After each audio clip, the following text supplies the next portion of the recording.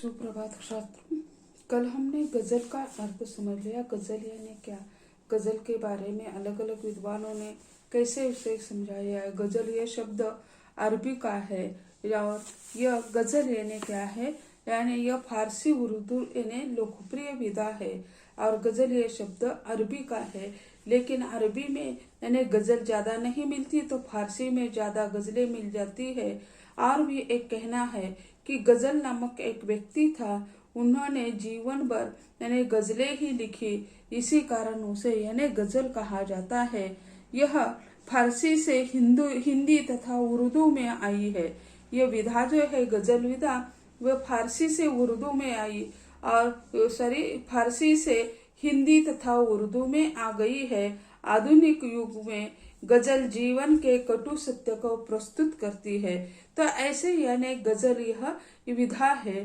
तो गजल यह शब्द जो है प्रचुर मात्रा में कि प्रेमी और प्रेमिका के वार्तालाप या बात करने के अर्थ में प्रयुक्त हुआ था, लेकिन अब उसमें परिवर्तन आया है और विविध विषय को लेकर गजलें लिखी जा रही है। जो मुख्य पहला जो अर्थ था वह निकल चुका है। आज विविध विषयों पर गजलें लिखी जा रही है।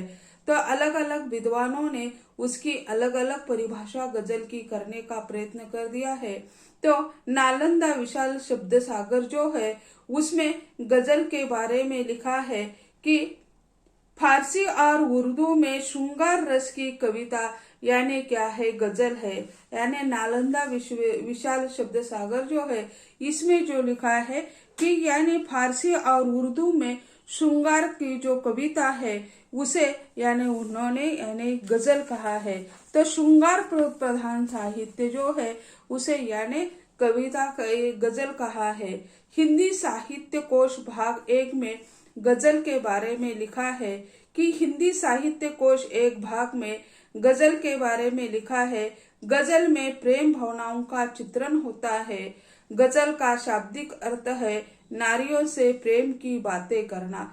तो यहाँ मूल जो है वह प्रेम तो यही आ जाता है। तो यह नारियों से प्रेम की बात करना ऐसा कहा है। फिराक गोरखपुरी ने लिखा है, गजल असंबंध कविता है। गजल का मिजाज मूलतः समर्पणवादी होता है। वे कहते हैं कि फिराज गोरखपुरी कहते हैं गजल जो है असंबंध कविता है और गजल का मिजाज जो है वह समर्पणवादी उसका उद्देश्य होता है।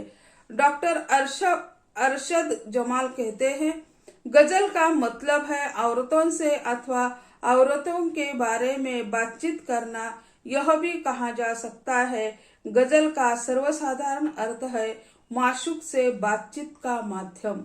यानी वे यानी कहते हैं कि यानी जमाल कि यानी स्त्री या स्त्रियों के बारे में चर्चा करना या माशूक से बातचीत करना, यह उन्होंने कहा है।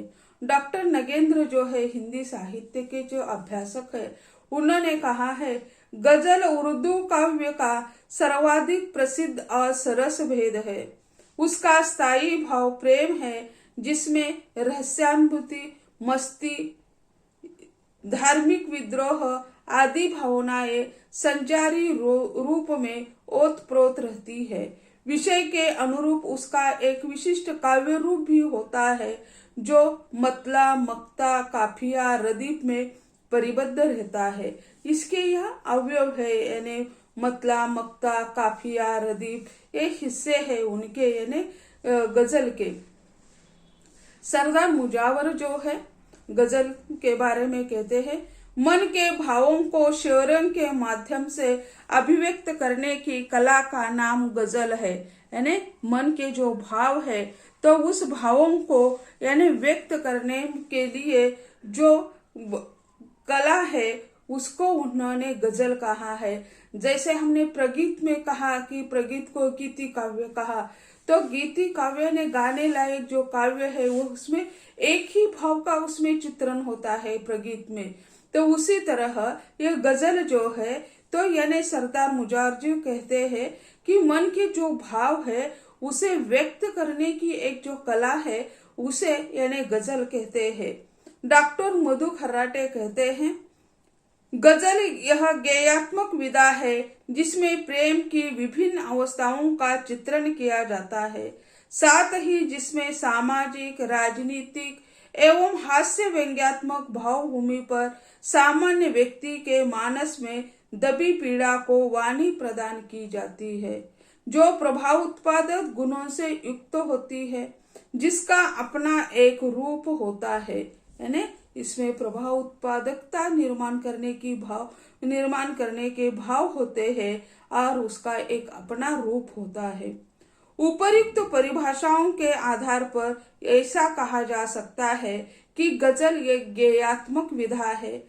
गजल मन के भावों की अभिव्यक्ति का सशक्त माध्यम है।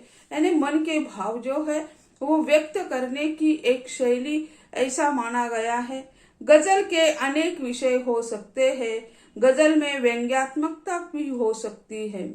गजल में प्रेम के दोनों पक्षों का चित्रण होता है। गजल में संयोग और वियोग ये दोनों पक्ष है, उन दोनों पक्षों का भी चित्रण होता है, अर्थात संयोग और वियोग का चित्रण है।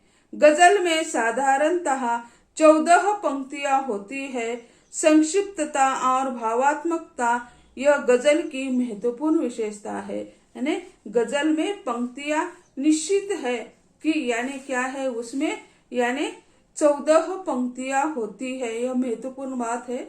गजल में कितनी पंक्तियां होती है, तो 14 पंक्तियां होती है। संक्षिप्तता और भावात्मकता यह गजल की महत्वपूर्ण विशेषता है। गजल पाठकों के मन तथा मस्तिष्क पर प्रभाव डालती है। तो यानी यह 14 पंक्तियां महत्वपूर्ण है गजल के लिए। यानी यह क्योंकि काव्य के लिए कोई बंधन नहीं होता है, इसी कारण गजल के लिए यानी यह बंधन है कि 14 पंक्तियां इसमें महत्वपूर्ण होती है। गजल के जो अंग है तो वह गजल के अंग जैसे मतला, मक्ता, माफिया, रदीफ जैसे प्रगीत के भेद हमने देखे, उसी तरह गजल के भी कई अंग है। जैसे महाकाव्य के तत्व देखे, उसी तरह गजल के ये तत्व है मतला, मक्ता, काफिया और रदीफ। यानी यह होता है संसार की किसी भी वस्तु का या पदार्थ का अपना एक रूप होता है जिससे उसकी पहचान होती है। केवल भाव या भाषा के आधार पर किसी रचना को रचना नहीं कहा जा सकता।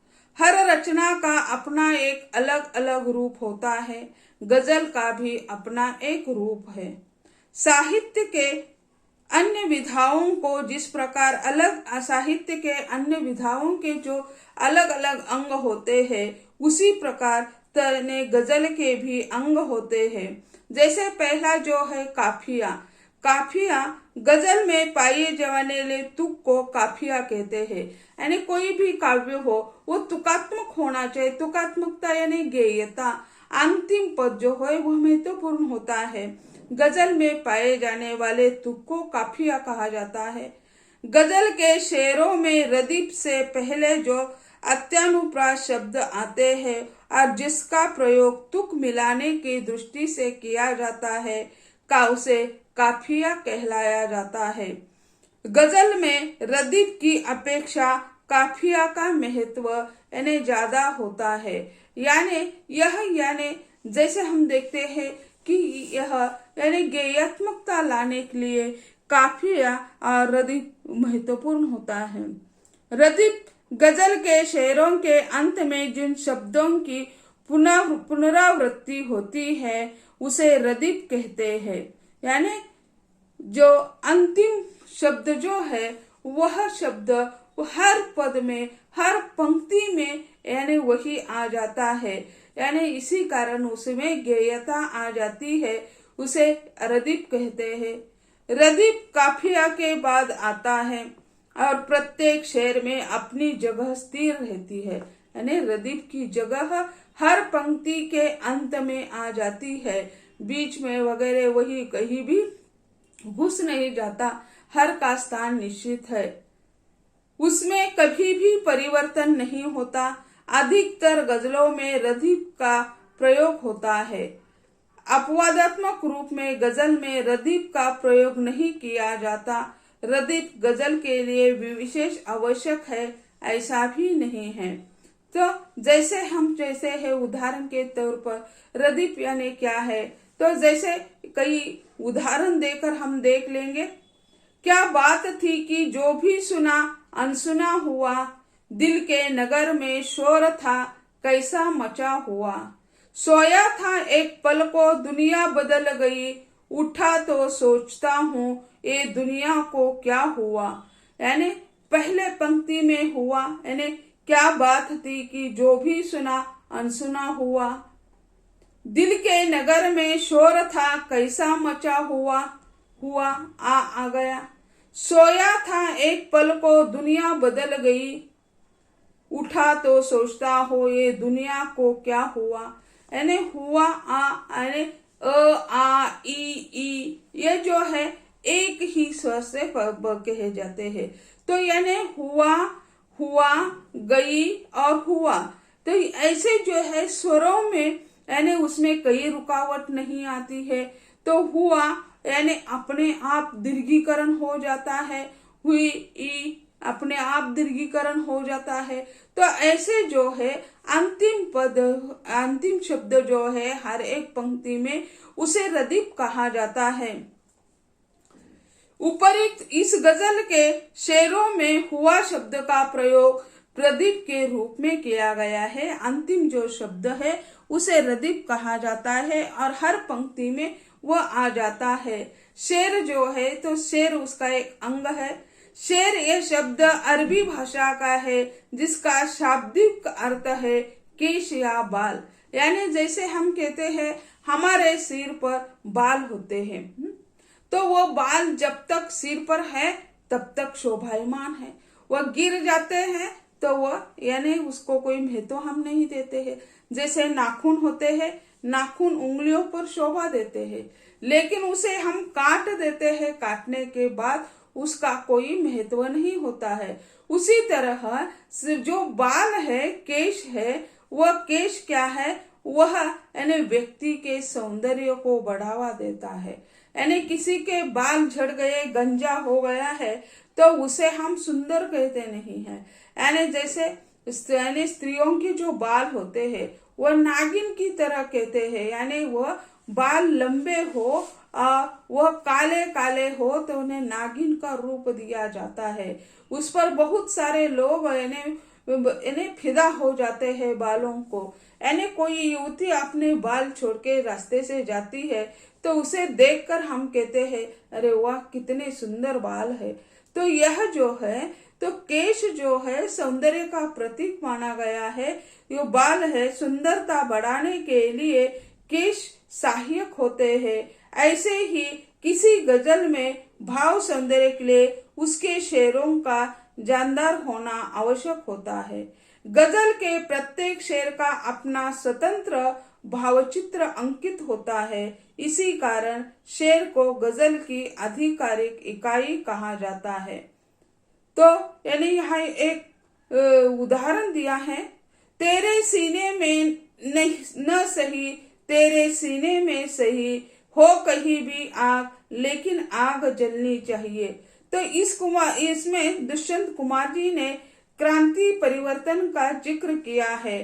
तो यानी यह जो है यानी इसमें हर एक शब्द, हर एक पंक्ति अपना अलग अलग यानी अस्तित्व दिखाती है।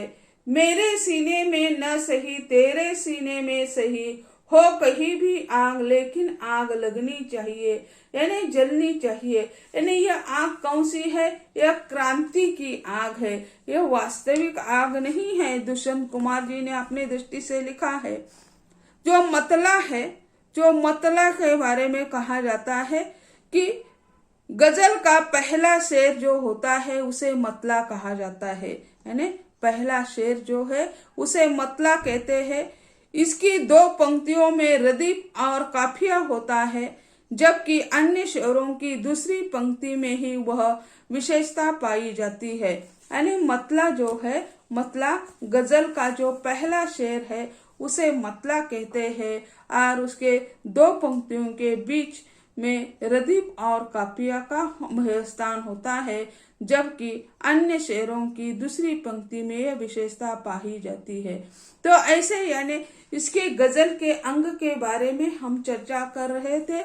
उसके अगले अंग जो है उसके बारे में हम आगे चर्चा करेंगे, अगले लेक्चर में चर्चा करेंगे। आज यही ठहरते हैं। धन्यवाद।